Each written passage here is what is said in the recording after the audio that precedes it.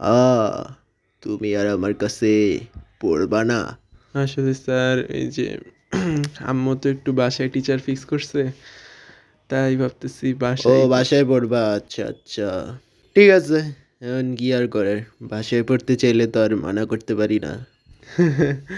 Sir আমি তো ভাবছিলাম আপনি হয়তো আমার কষ্টটা বুঝতেই পারবেন না, কিন্তু আপনি যে এত সহজে বুঝে গেছেন তার জন্য। কিন্তু আমার কাছে না পইড়া তুই পরীক্ষায় পাস কেমনে করবি?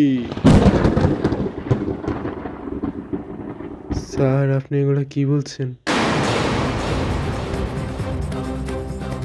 আমার কাছে না পড়লে টেস্ট পরীক্ষা তো ৪, তুই প্রি টেস্টেও পাস করতে পারবি না।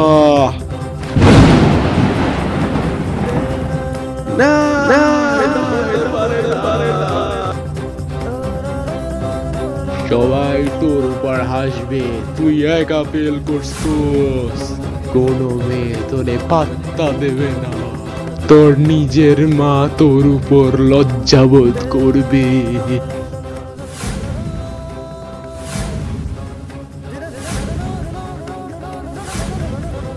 না, না, না।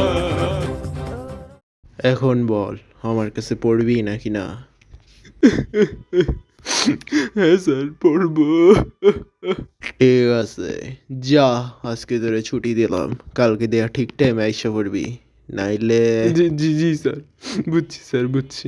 ঠিক আছে, যা তাইলে। এখন তো দর্শকরা দেখেছেন কি করে একটি স্টুডেন্টকে নিজের হাতে ধরে রাখতে হয়।